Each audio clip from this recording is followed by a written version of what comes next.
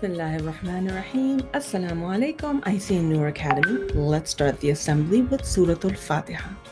Bismillahirrahmanirrahim.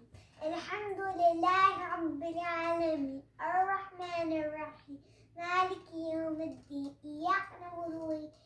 Iyyaka na'budu wa iyyaka nasta'in.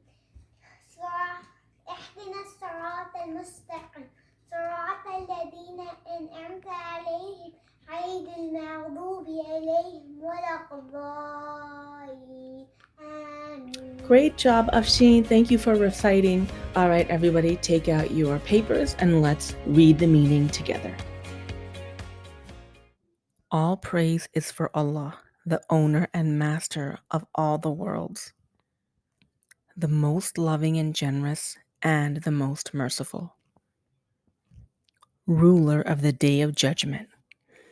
It is only you that we pray to and only you that we ask for help.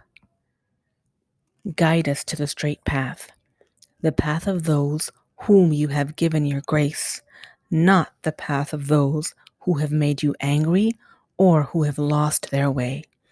Ameen.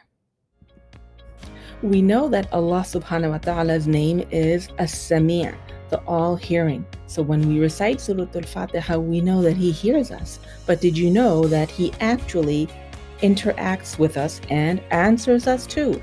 We'll talk more about that next week, inshallah. In the meantime, if any of my second graders have been reading the definition of Surah al Fatihah, record yourself on WhatsApp and send me a video of you reciting the English, and I'd love to play it in the assembly. Thank you. It's time for the name hat, so let's see who will be reciting Surah al Fatihah next week. And the name is Ira. Congratulations, Ira. Inshallah, we'll see you next week.